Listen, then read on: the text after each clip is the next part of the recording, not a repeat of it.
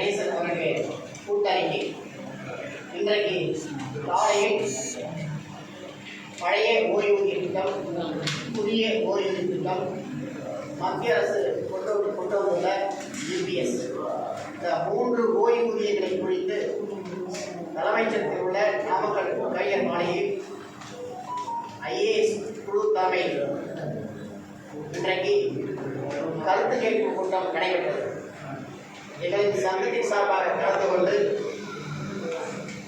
புதிய ஓய்வூதிய திட்டமும் யூபிஎஸ் மூலமும் ஓய்வூதியம் இல்லை, 30-35 ஆண்டுகள் பணிமுடித்தவர்களுக்கு ஓய்வூதியம் இல்லாததால் இந்த ஆட்சி வருவதற்கு முன்பாக வாக்குறுதி 309 கொடுத்தது போல பழைய ஓய்வு திட்டத்தை நீங்கள் மீண்டும் வழங்க வேண்டும் என்று அனைத்து சங்கங்களும் வலியுறுத்தி வருகிறோம். இன்றைய கூட்டத்தின் சாராம்சம்: தமிழ்நாடு அரசு அலுவலக உதவியாளர் அடிப்படை பணியாளர் சங்கம், தமிழ்நாடு தலைமைச் செயலக சங்கம், தமிழ்நாடு மேல்நிலை நீர்த்தேக்க தொட்டி இயக்குநர் மற்றும் துப்புரவு பணியாளர் சங்கம், தமிழ்நாடு நகராட்சி மாநகராட்சி அலுவலக உதவியாளர் அடிப்படை பணியாளர் சங்கம், தமிழ்நாடு ஆதி திராவிடர் மற்றும் பழங்குடியினர் நலத்துறை அலுவலக உதவியாளர் அடிப்படை பணியாளர் சங்கம், தமிழ்நாடு டெங்கு கொசு ஒழிப்பு பணியாளர் சங்கம் போன்ற பல்வேறு சங்கங்கள் இணைந்து 5 அம்ச கோரிக்கைகள் கடந்த 15 ஆண்டுகளுக்கு மேலாக தலைமைச் செயலர் முதல் அனைத்து துறைகளிலும் அலுவலக உதவியாளர் பணியிடம் நிரப்பப்படாமல் உள்ளதை அரசுக்கு தெரிவித்தும் அரசு செவிசாய்த்தால் சென்னை உயர்நீதிமன்றத்தில் வழக்கு தொடுத்து உடனடியாக தலைமைச் செயலர் முதல் அனைத்து துறைகளிலும் காலியாக உள்ள அலுவலக உதவியாளர் பணியிடங்களை நிரப்பப்பட வேண்டும் என்று ஆணையிட்டது. அந்த ஆணையினை உடனடியாக நடைமுறைப்படுத்த வேண்டும் என்று முதல் கோரிக்கையாக வைத்திருக்கிறோம். இரண்டாவதாக 12,527 ஊராட்சி பணிபுரிகின்ற மேல்நிலை நீர்த்தேக்க தொட்டி இயக்குபவர்களை பணி நிரந்தரம் செய்யப்பட வேண்டும் என்று வைத்திருக்கிறோம். அதுபோல பண்ணை பணியாளர்கள், பல்நோக்கு மருத்துவமனை பணியாளர்கள், டெங்கு கொசு ஒழிப்பு பணியாளர்கள், ஆதி திராவிடர் நலத்துறை பிசிஎம்பிசி துறையிலே பணிபுரிகின்ற துப்புரவு பணியாளர்கள் போன்ற பல்வேறு துறைகளிலே பணியாற்றுகின்ற அந்த பணியாளர்களை எல்லாம் உடனடியாக காலமுறை ஊதியத்தில் கொண்டு வரப்பட வேண்டும் போன்ற 5 அம்ச கோரிக்கைகளை வலியுறுத்தி எதிர்வருகின்ற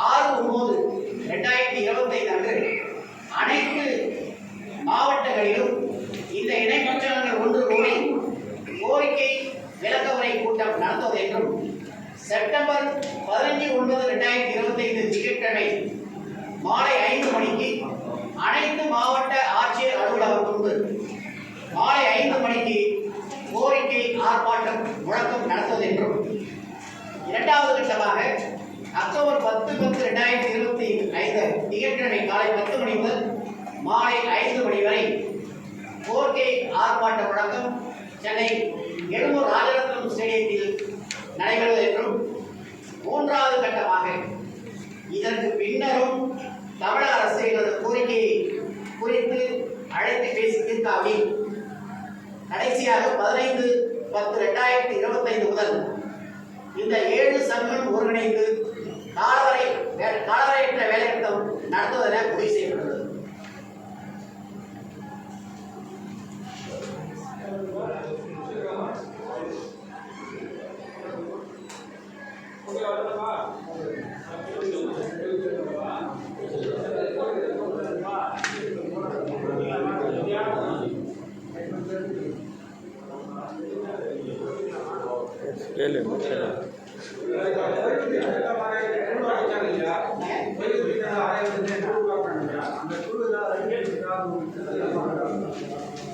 குழு வந்து இந்த 3 ஓய்வூதியத்தை சொல்லி இது குறித்து உங்கள்கிட்ட கருத்து கேட்கிறாங்க. ஏன்னா பழைய ஓய்வூதியத்துக்கு தான் பலனளிக்கிறது, புதிய ஓய்வூதியத்துக்கும் யூபிஎஸ் சென்ட்ரல் சொல்வதற்கும் 2த்துலையுமே ஓய்வூதியம் இல்லாத ஒரு சூழலை 30-35 ஆண்டு பணி முடித்து அவர் வீட்டுக்கு போயிட்ட சூழலில் என்னென்ன பிரச்சனைகள் இருக்குது. ஏன்னா எத்தனை பிள்ளைகள் வந்து எத்தனை பெண் பிள்ளைகள் ஆண்களை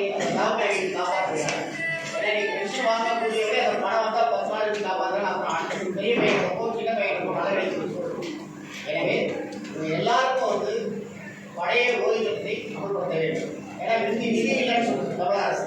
இன்னைக்கு நிதி வந்து நம்ம வளர்ச்சியில் இருக்கும். இந்த வளர்ச்சி அடைந்த நேரத்தில் குறைஞ்சபட்சம் 62,000 கோடிக்கு மேலே புதிய எங்களுக்கு நாங்கள் பங்களிப்பு கொடுத்ததும் அரசாங்கம் பங்களிப்பு கொடுத்ததும் ரெண்டும் சேர்த்து 62,000 கோடி LICக்கு போடப்பட்டிருக்கு. இந்த பணம் என்னானது தெரியல.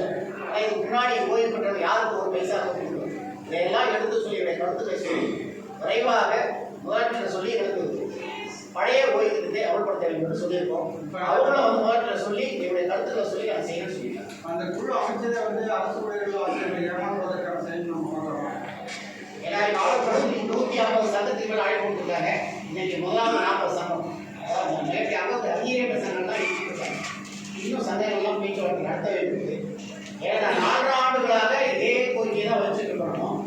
ஆரம்பத்தில் வந்த நிதியமைச்சர் PKR அவர்கள் சொன்னாங்க, தெளிவாக சொன்னாங்க, நிதி இல்லை, அதனால உங்களுக்கு வந்து பழைய ஓய்வுக்கு வழங்க முடியாதுன்னு சொன்னாங்க. 2வது இப்போ இருக்க நிதியமைச்சர் அவர்கள் என்ன சொன்னாங்க, நிதி இல்லை, மாற்றத்துக்கு கடைசி காலத்தை குழு அமைச்சிருக்காங்க. இந்த குழு சார்பாக இன்னைக்கு அவர் சொன்னது என்னன்னா, இந்த மாதிரி நாங்கள் 8 மாதங்களாக இந்த ஆய்வு கூட்டங்களை நடத்தி இருக்கிறோம். தற்பொழுது உங்களிடத்தில் இதை நடத்தி இருக்கிறோம் என்று சொல்லி இது வந்து நம்பிக்கை தரக்கூடிய அளவுக்கு. ஏன்னா அமைச்சர் யாரும் பங்கேற்க முழுக்க அரசு உயரதிகாரி கலந்து கொண்டதால ஒரு நம்பிக்கை ஏற்படுது. கூட்டம் எல்லாம் முடிஞ்ச பிறகுதான் தெரியும். இப்ப 2 நிதியமைச்சர்கள் வந்து பழைய ஓய்வு திட்ட தலைமையில சொல்லிட்டாங்க. முதலமைச்சர் இது வரைக்கும்